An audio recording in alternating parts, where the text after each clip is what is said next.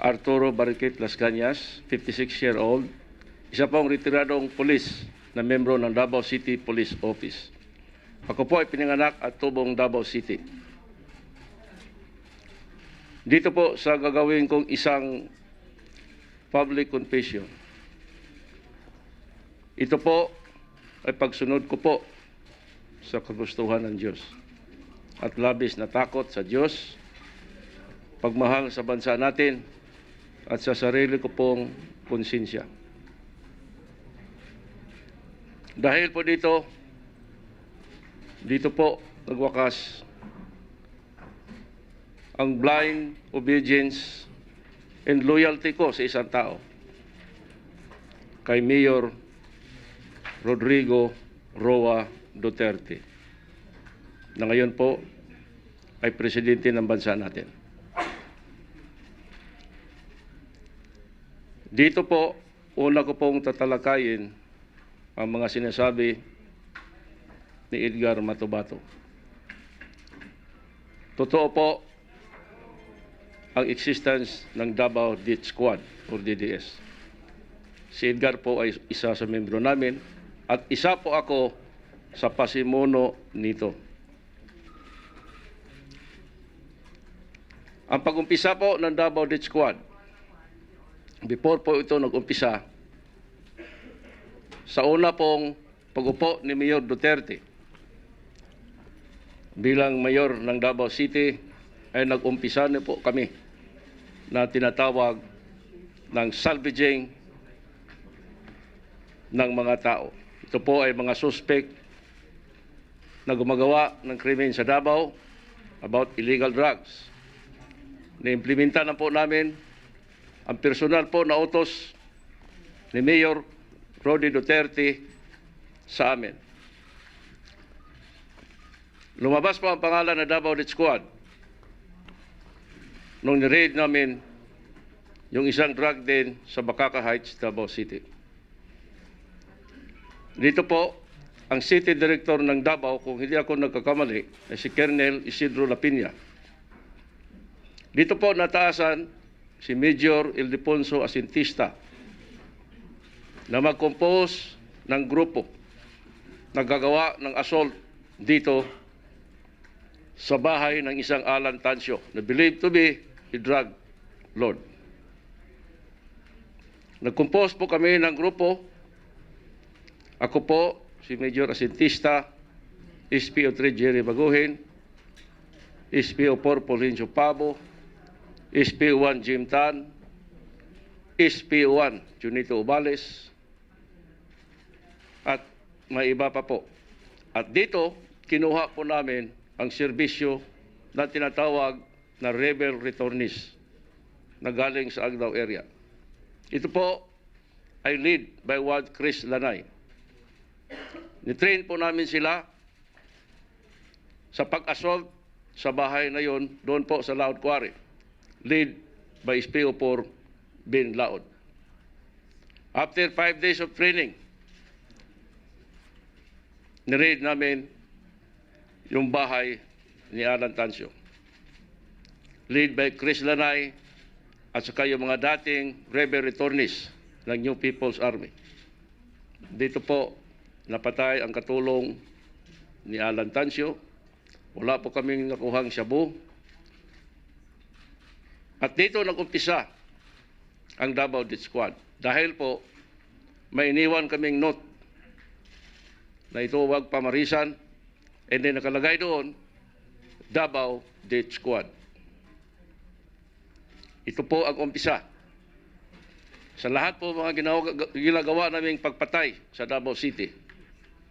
Ilibing man o itapon namin sa laot, ito po ay binabayaran kami ni Mayor Rody Duterte. Kadalasan 20,000, minsan 50,000, at depende po sa status ng target, minsan 100,000. Ako po ay tumanggap ng allowance galing sa Office of the Mayor ng matagal ng panahon. Tumanggap ako ng 100,000 pesos. Una ko pong tatalakayin yung sinabi ni Edgar Matubato noon sa Senado. Yun po ang bombing ng mga Muslim mosque. Ito po ay totoo. Isa po ako sa inutosan ni Mayor Rody Duterte personal. Ako, si Major Makasait, Major Asintista, SPO4 Binlaod, SPO4 Desiderio Clorebel, SPO4 the late Boy Pabo, SPO3 Jerry Baguhin, SPO3 Teodoro Pagidopon, and SPO2 June Narisma. Nung nangyari po ang pagbomba sa San Pedro Cathedral, kung hindi ako nagkamali, 2 days after, pumunta si Mayor Rody sa opisina ng Anti-Crime Group. At dahil kami po ang core group, kami lang po ang personal na inutusan niya na gumanti sa pagbomba ng San Pedro Cathedral sa pamamagitan ng pagbomba sa mga Muslim mosques na within the EOR of Davao City.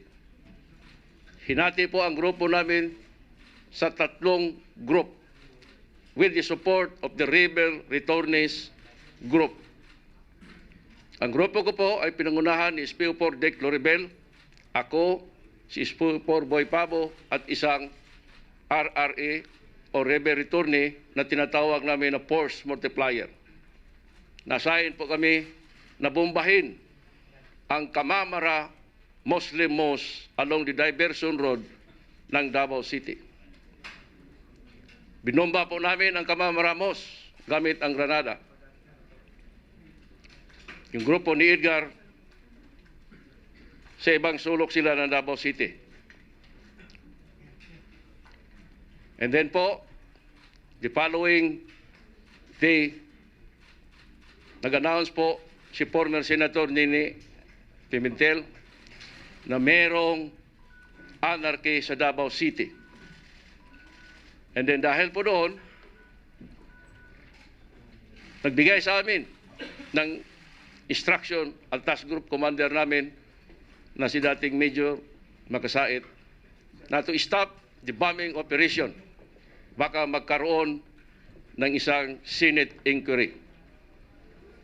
And then for several days, binigyan kami ni Major Makasait ng 200,000 pesos. Ang sabi niya, meron pinadala si Mayor Rudy na 300. Sa amin ang 200,000, sa kanya ang 100,000. Dito po, patutunayan ko na totoo ang sinasabi ni Edgar Matubato. May isa pang incident. Ito po ay paggawa namin na pagmasakir sa isang buong pamilya na taga General Santos City.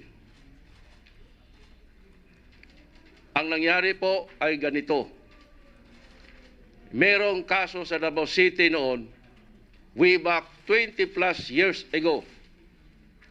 Merong kinidnap na isang Mrs. Abaca sa Davao City.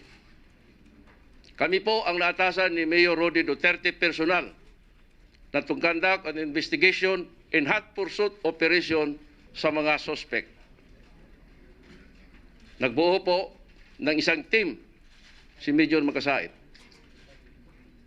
SPO4 Dick Loribel at team leader namin, si SPO4 Binlaod, SPO4 Boy Pabo, SPO3 Jerry Baguhin, SPO3 Teodoro Pagidopon, and myself. Nalibot namin ang sulok ng South and North Cotabato. Pero hindi namin nasolve ang kaso. Na-release si Mrs. Abaca, kung hindi ako nagkamali, for several months. And then,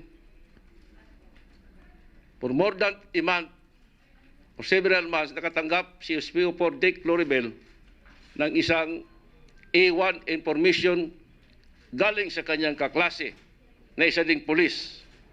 Kaklase niya sa police schooling na taga General Santos City Police Office. Ito po ay si Inspector Patayan.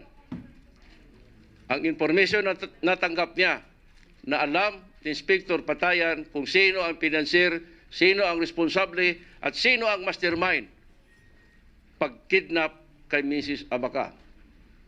Personal po ang nirelate namin kay Mayor Rody Duterte ang natanggap na information ni SPO4 Dick Loribel.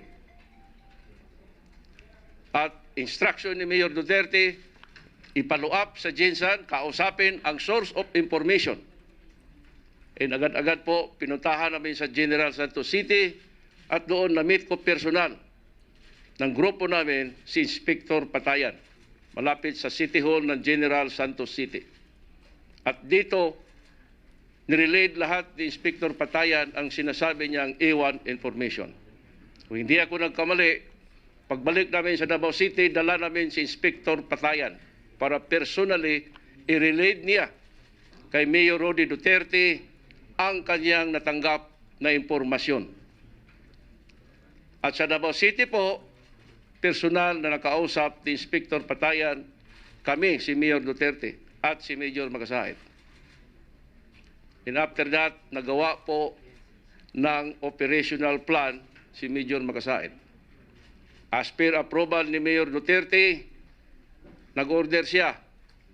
Napuntahan namin ang lugar at yung sinasabi ni Inspector Patayan na mastermind o possible financier ng pagkidnap kay Mrs. Abaca, na tawagin ko na lang pong siya po si Mr. Patasaha. Kung hindi ako nagkamali.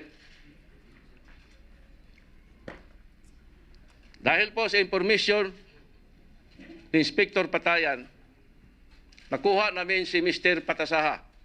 Hinarang namin ang kanyang sasakyan na isang Ford Pera type van. Kung hindi ako nagkamali, color blue. At dito, nadiskubrihan namin nakasama ang kanyang buong pamilya.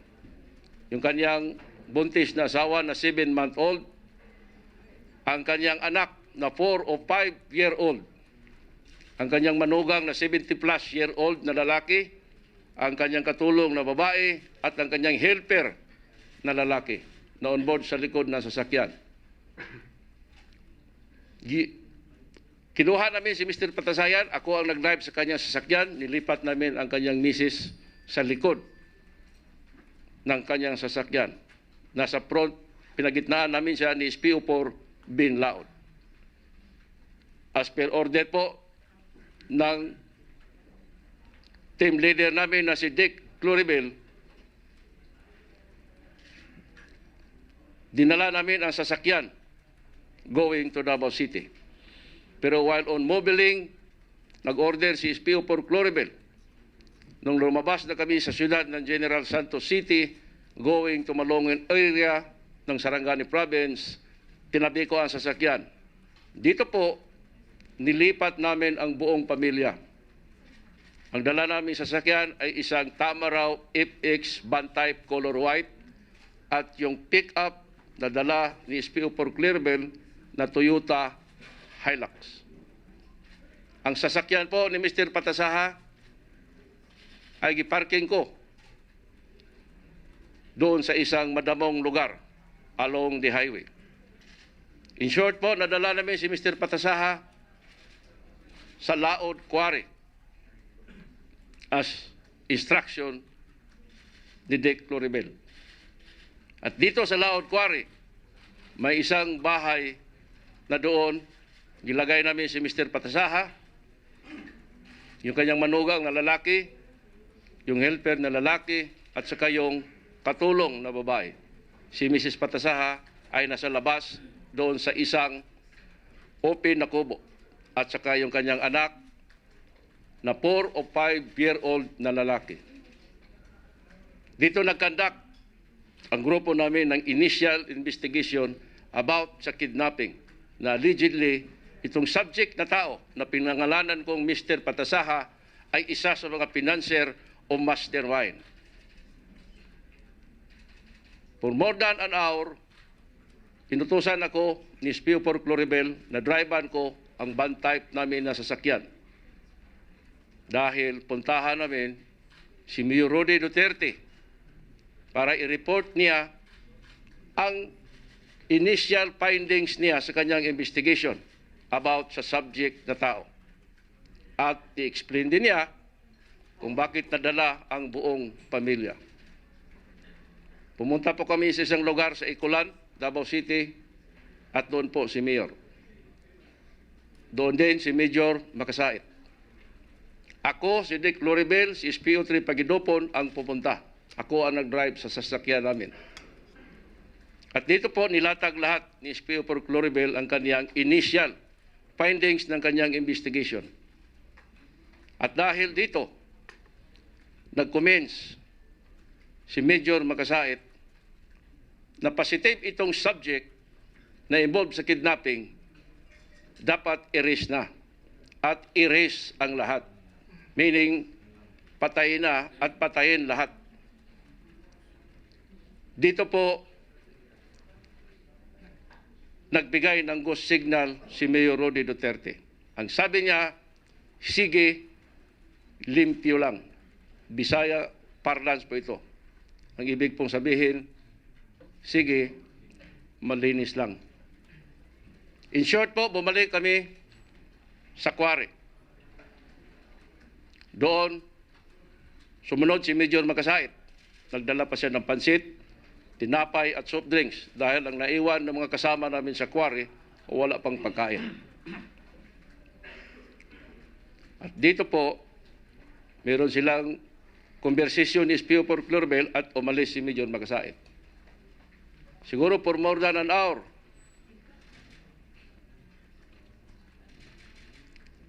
Nag-confirm sa amin si SPO4 Loribel na very clear ang order ni Mayor Rody Duterte. Erase lahat. Isa po ako sa nag-protest at si SPO3 Jerry Baguhin na isa lang ang taong target natin. Bakit masama itong buntis, masama itong anak na 4-year-old, masama itong matanda at masama itong dalawang katulong na lalaki at babae. At dahil sa pag-insist ko po at walang sumuporta, hiningi ko na lang ang bata na lalaki. Nadalhin ko ito sa Butuan City at doon iwanan ko sa isang bus terminal. Sumuporta sa akin si SPO3 Jerry Baguhin. Pero isa sa grupo namin ang nag-comments na paglaki ng batang iyan, makikilala pa rin niya ang mukha namin. At kami hindi na namin siya makikilala. At baka ito gagawa ng pagganti dahil inubos natin ang buong pamilya niya. Dito po walang nagsuporta.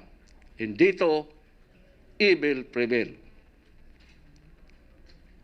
Napatay po ang buong pamilya sa harap ko using a caliber 22 with a silencer.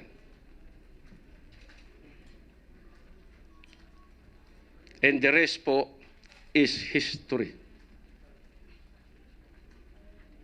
Ilang araw po ito,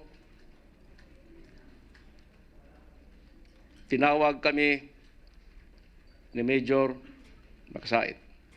At mayroong binigay na pabuya galing daw kay Mayor Rodrigo Roa Duterte. Isa pa pong kaso na talakayin ko sa inyo ay ang pagpatay kay John Puras Pala.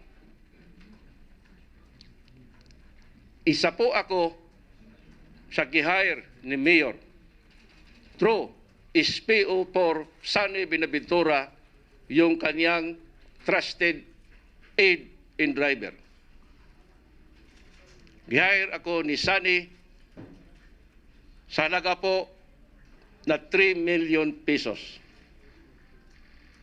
Dahil sabi ni Sunny, galit na galit si Mayor Rody kay John Pala.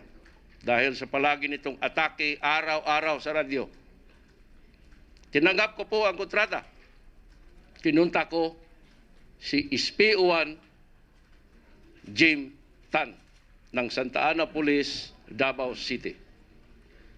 Dahil si Jim po ay may maraming tinatawag namin na players, meaning mga hitman or tirador.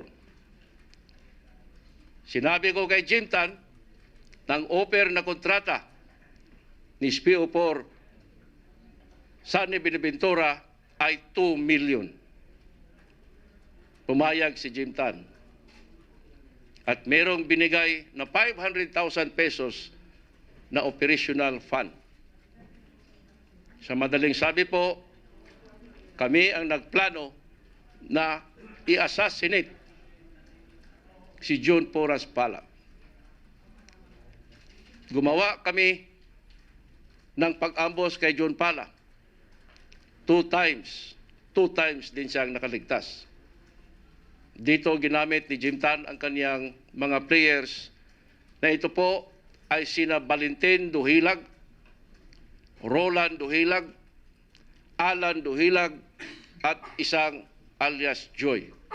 Ito po sila ay mga river returnees from the Mandog area ng Davao City.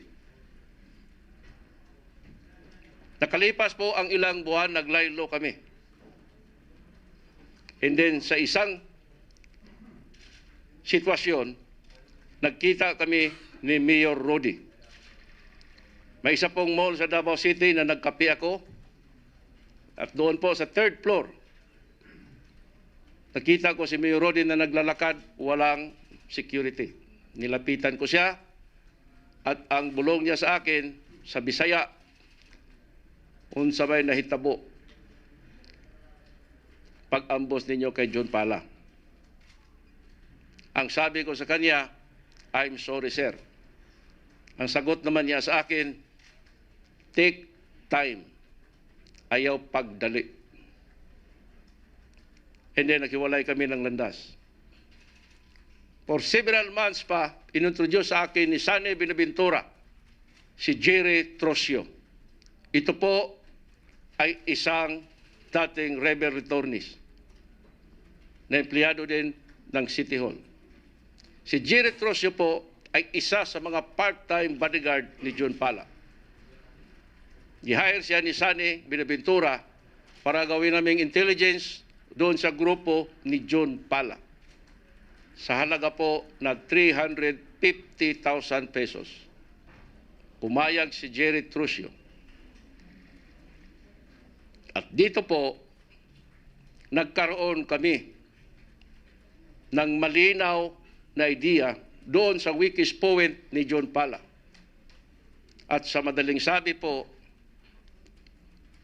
isang gabi, nagbigay sa amin si Jerry ng impormasyon na si John Pala ay maglaro ng tungit sa kanyang kapitbahay.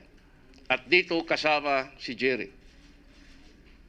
Ang gagawin lang niyang signal ay 2 missed calls. Nangyari po ito. Tinawagan ko po si Jim Tan. Meron din kaming code na it's show time. Proceed si Jim Tan on board sa isang Toyota Tamaraw FX na 4 doors. Kasama po itong Duhilag Brothers. In short of the story, napatay si John Pala. 2 days after, binigyan kami ni Mayor Rody Duterte through SPO4 Sunny Buenaventura ng 3 million pesos. Hinati namin ni Sunny Buenaventura ang 1 million and then gipresent ko kay Jim Tan ang 2 million pesos. Binigay ni Jim Tan sa akin ang 1 million, kay Jim Tan ang 1 million. Para sa kanya at sa kanyang players.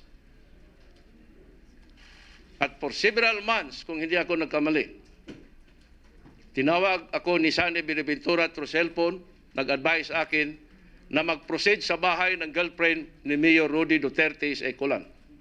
Kasi doon, pagbigay pa si Mayor Rody ng bonus sa amin. Ang sabi ko kay Sunny, pagsama ba kami? Sabi niya, tapos na ako. Kunin mo ang 1 million mo doon.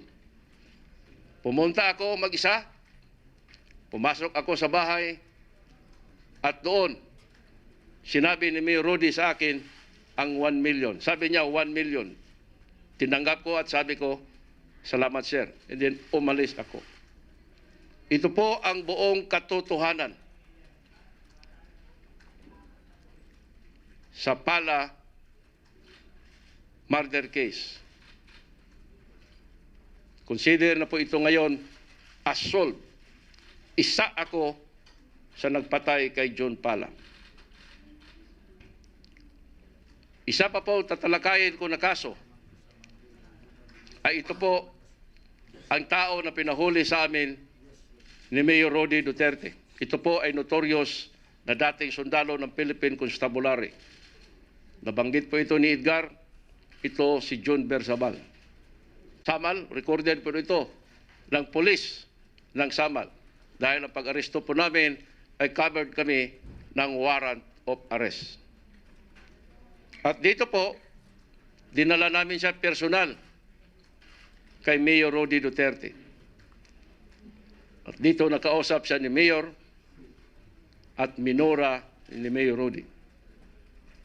Ang sabi ni Mayor sa amin, in Bisayang parlance, lubaan na ninyo. Meaning, patayin nyo na yan. Dito nahirapan kami kasi na-present ito sa Kaputian Police. Ang kasama ko po na nag-present sa kanya, si SPO3 Jerry Baguhin, si SPO4 Boy Pabo. At dito po, nahirapan kami. Pero ang ginawa namin, pinuntahan namin, ang Chief of Police ng Sigaboy Police Station. Kasi dito po, na-issue ang warrant of arrest from the Davao Oriental Court. Dahil dito, kinausap namin ang station commander ng Sigaboy, na noon po ay si Inspector Romel Mitra. Dito po, binigay namin kang Inspector Mitra ang gusto ni Mayor. Pumayag po si Inspector Mitra dahil notorious nga itong taong ito, si John Bersabal. Sabi namin kay Inspector Mitra, pirmahan mo lang yung logbook namin na you receive the living body of John Bersabal. Pagkatapos nito, isenaryo mo mamayang gabi na si John Bersabal ay naka-escape. Dahil sa gabi ngayon, pag-uwi namin ng Davao, along the way, itatapo namin ang katawan ni John Bersabal. Nangyari po ito. Nakita si John Bersabal, banda ng Compostela Valley, patay na.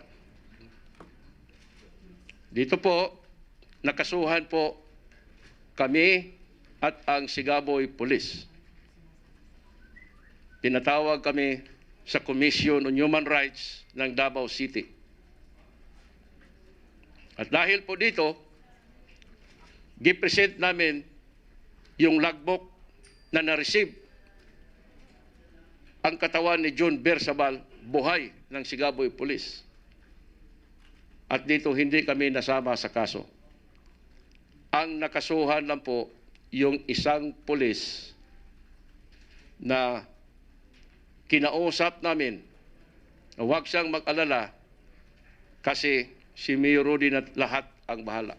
In fact, gipresent namin siya bago kami nag-present sa CHR ng Davao City. Personal kay Mayor Rudy at si Inspector Mitra. At sinabi ni Mayor Rudy na huwag siyang mag-alala, siya ang bahala lahat. Pati na sa kanyang salary sa pulis na mawala kung masuspended siya. At dahil po doon sa kaso niya sa human rights, na-suspended itong pulis na ito. Pagkaalam ko, 6 months. Pero kontento naman siya sa kanyang suspension. Ito po ang buong katotohanan. Isa pa po,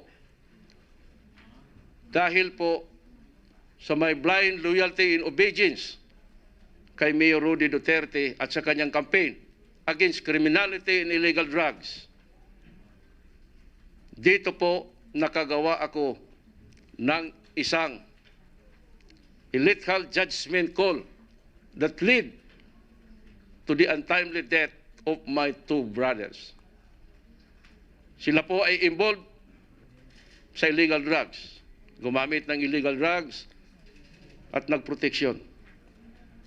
Napakasakit po ang ginawa kong desisyon. Wala po nakakaalam nito except ako lang.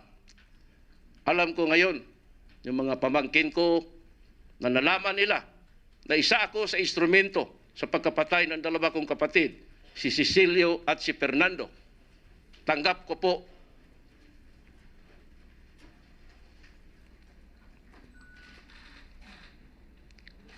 kung anong mangyari sa akin.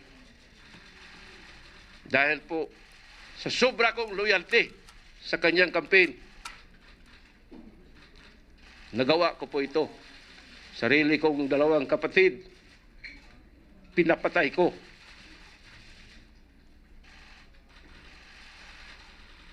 Panawagan ko po sa mga kasamahan ko sa pambansang kapulisan na hindi po solusyon ang pagpatay. Managot po tayo sa batas ng tao at batas ng Diyos. Usigin tayo ng konsensya natin hanggang sa katapusan ng angka natin. Kung dalahin natin ito sa libingan natin. Mapatay man ako o papatayin ako, kontento na ako na nagawa ko ang promise ko sa Diyos. Magsagawa ng isang public confession. Sana po darating ang panahon na magkaroon tayo ng isang pambansang kapulisan na totoo po na may dangal, makadiyos, makabayan at nakatao. Na totoo po tungkulin ang kanyang sinumpaang tungkulin na magsilbi sa bayan, to serve and protect para po sa ikabubuti ng nakararami. Hindi po to serve and collect. God bless po sa bansa natin at sa pambansang kapulisan. Salamat po.